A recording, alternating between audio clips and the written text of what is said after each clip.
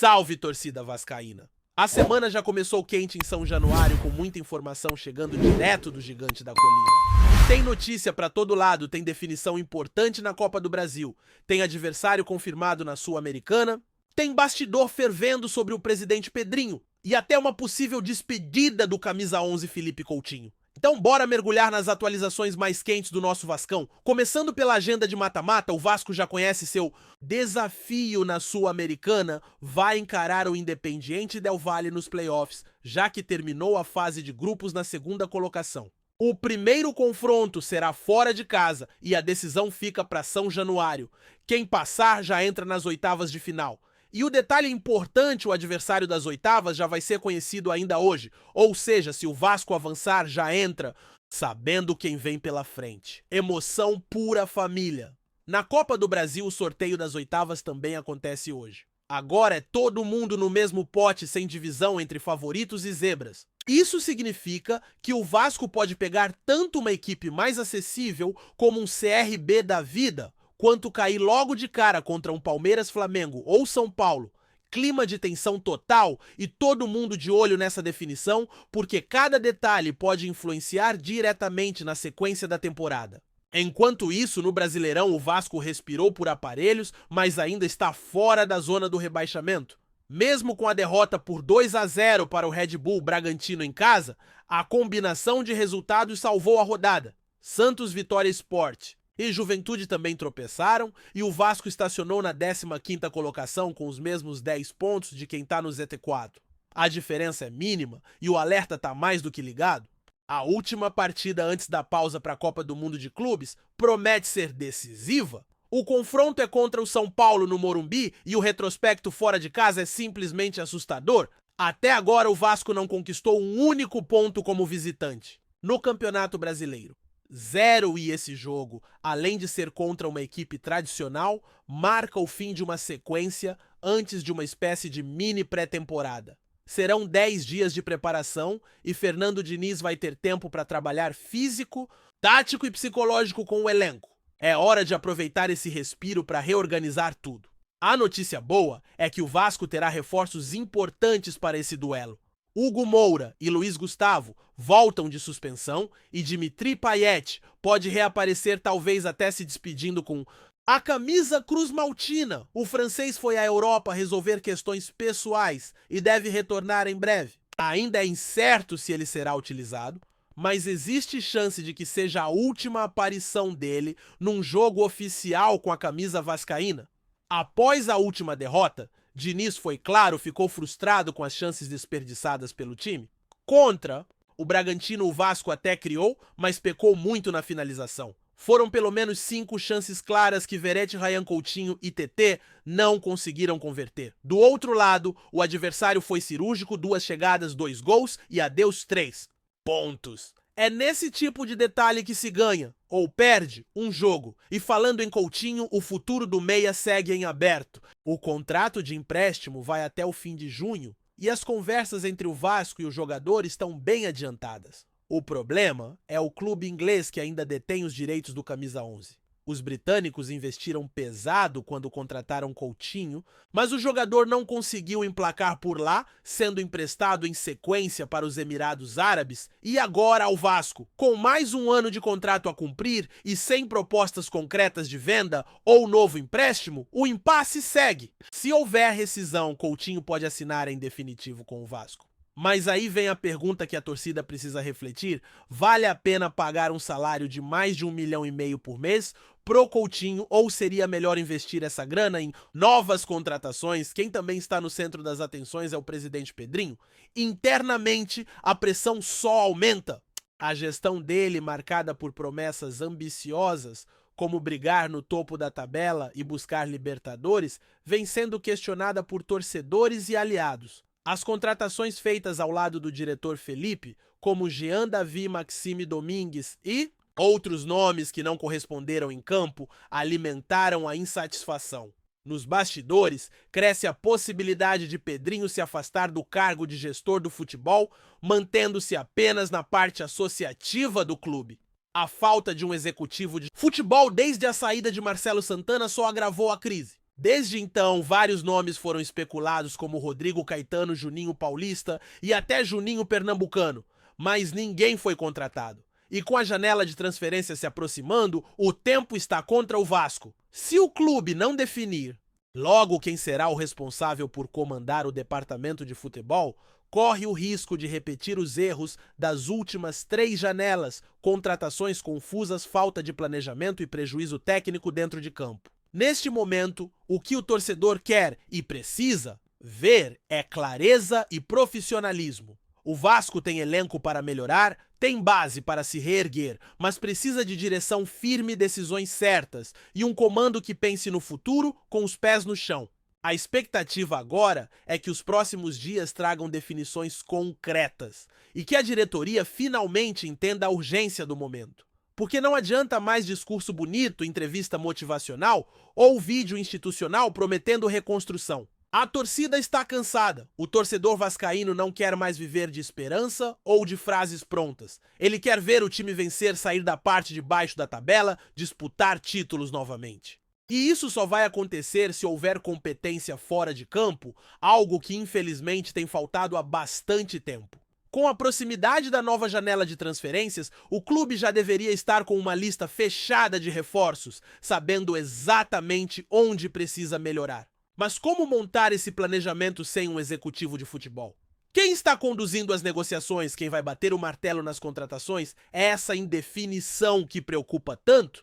Porque a gente sabe o mercado é dinâmico, as oportunidades aparecem e somem rapidamente. Se o Vasco demorar demais para se posicionar, vai acabar de novo pegando as sobras. E as sobras não resolvem. O elenco atual tem muitas carências. A defesa sofre com desatenções, o meio-campo é inconsistente e o ataque depende de lampejos individuais.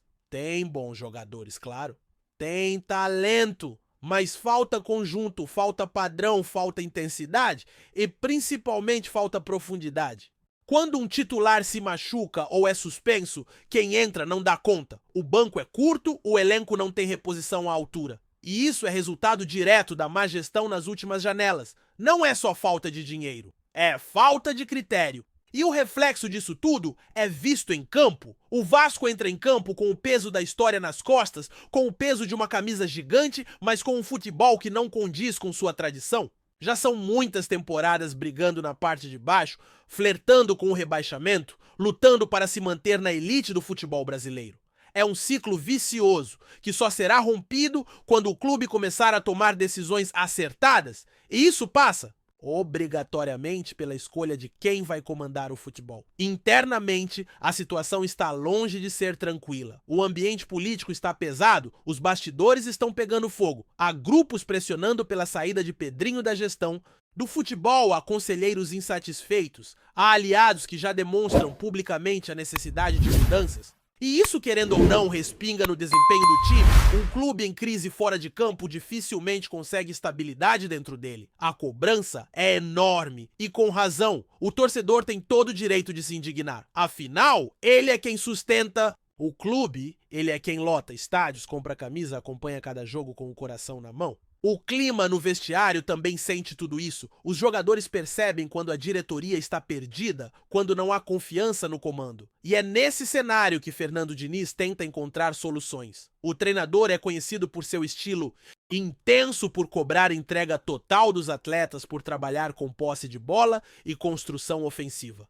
Mas mesmo com tempo para treinar, Diniz precisa de peças certas para executar seu plano de jogo. E com tantas lesões, suspensões e jogadores abaixo do ideal, o desafio é imenso. Esses 10 dias de intervalo até a próxima partida precisam ser aproveitados ao máximo. Vai ser um período crucial para acertar posicionamentos, ajustar o sistema defensivo, trabalhar finalizações e principalmente recuperar atletas. Adson David e outros nomes que estavam no departamento médico precisam voltar bem.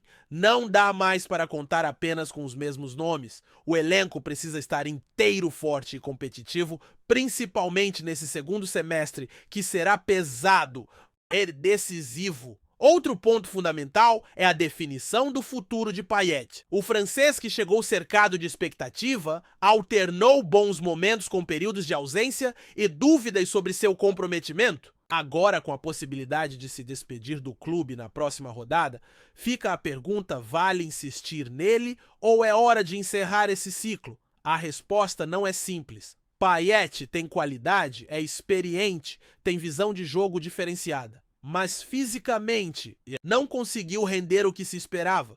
E o Vasco não pode mais se dar ao luxo de manter jogadores que não entregam em campo, assim como no caso de Felipe Coutinho. O camisa 11 é um símbolo, tem identificação com o clube e mostrou lampejos de talento.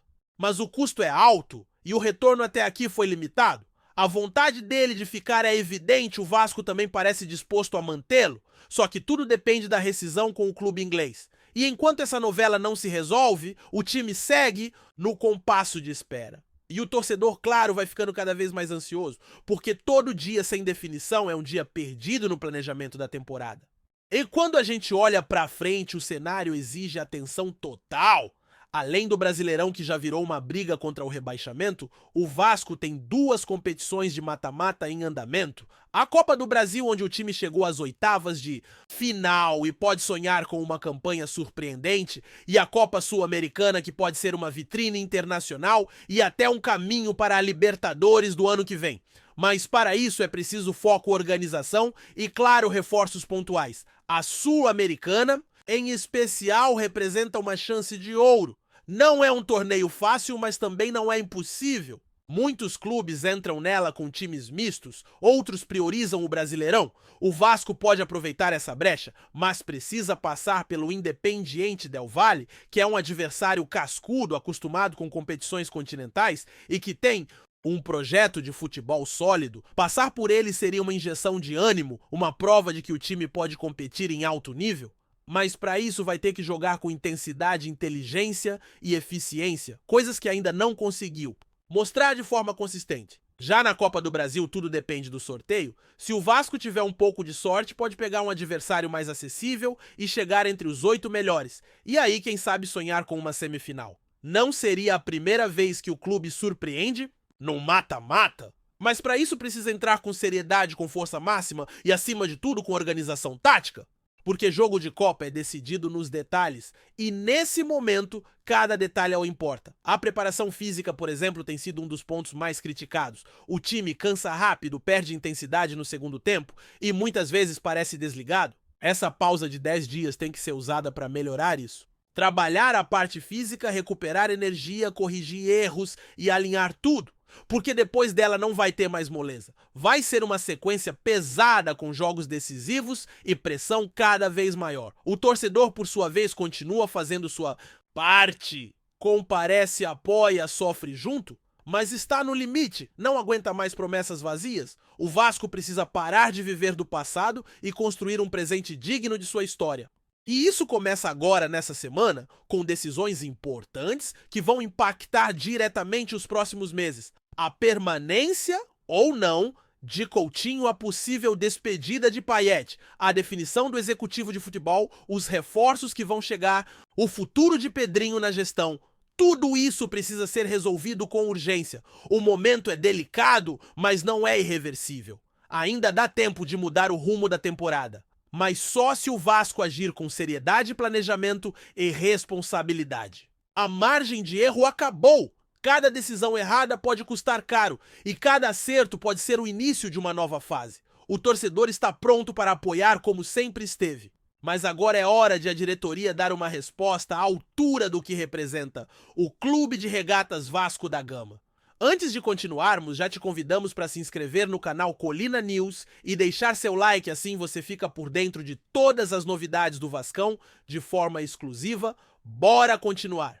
Os bastidores do futebol internacional foram sacudidos por uma notícia que vem ganhando força e gerando muita especulação. Com a eliminação do Inter Miami, equipe liderada por Lionel Messi, do próximo Mundial de Clubes da FIFA, o Vasco da Gama pode assumir a vaga deixada pelo clube norte-americano. Embora nada tenha sido oficializado, o rumor já corre solto entre dirigentes, jornalistas esportivos e torcedores, especialmente após a confirmação de que o time da Flórida não conseguiu a classificação necessária para o torneio internacional. A possibilidade do Vasco entrar na disputa parece improvável à primeira vista. Mas há quem garanta que o clube carioca tem plenas condições de ser indicado, seja por critérios técnicos, seja por convites da organização. O novo formato do Mundial, que reunirá clubes de várias partes do planeta, abre espaço para decisões baseadas não apenas no desempenho esportivo, mas também no apelo de marca e na representatividade histórica. E é justamente nesse aspecto que o Vasco surge como uma alternativa interessante. Considerando sua tradição centenária, enorme torcida e a recente reestruturação promovida pela SAF, o Inter Miami, que investiu pesado para contar com Messi, e outras estrelas como Sérgio Busquets e Jordi Alba, apostava todas as suas fichas na conquista de uma vaga no Mundial. No entanto, o desempenho abaixo do esperado em competições continentais acabou frustrando os planos. Sem a equipe de Messi, a FIFA precisará reorganizar os participantes e fontes ligadas ao futebol internacional indicam que o nome do Vasco já estaria sendo considerado nos corredores da entidade máxima do futebol. A diretoria cruz-maltina mantém cautela e evita confirmar qualquer tipo de negociação, mas nos bastidores o clima é de expectativa e otimismo. Alguns dirigentes, inclusive, já teriam iniciado conversas discretas com representantes da Confederação Brasileira de Futebol, CBF, para entender melhor a situação e preparar o clube para um eventual convite. A participação no Mundial seria um marco histórico para o Vasco, que busca se consolidar novamente entre os grandes protagonistas do futebol sul-americano e mundial. Enquanto isso, a torcida vascaína já se mobiliza nas redes sociais, promovendo campanhas e pressionando pela inclusão do clube no torneio. Mesmo sendo tratado ainda como um rumor, o burburinho ganha cada vez mais corpo e pode, quem sabe, se transformar em uma grande realidade nos próximos dias. A expectativa é que a FIFA se pronuncie oficialmente sobre a definição das vagas restantes nas próximas semanas. Até lá, o sonho vascaíno segue vivo e alimentado pela possibilidade de, mais uma vez, representar o Brasil no cenário global do futebol. Trazemos notícias atualizadas do Vasco todos os dias.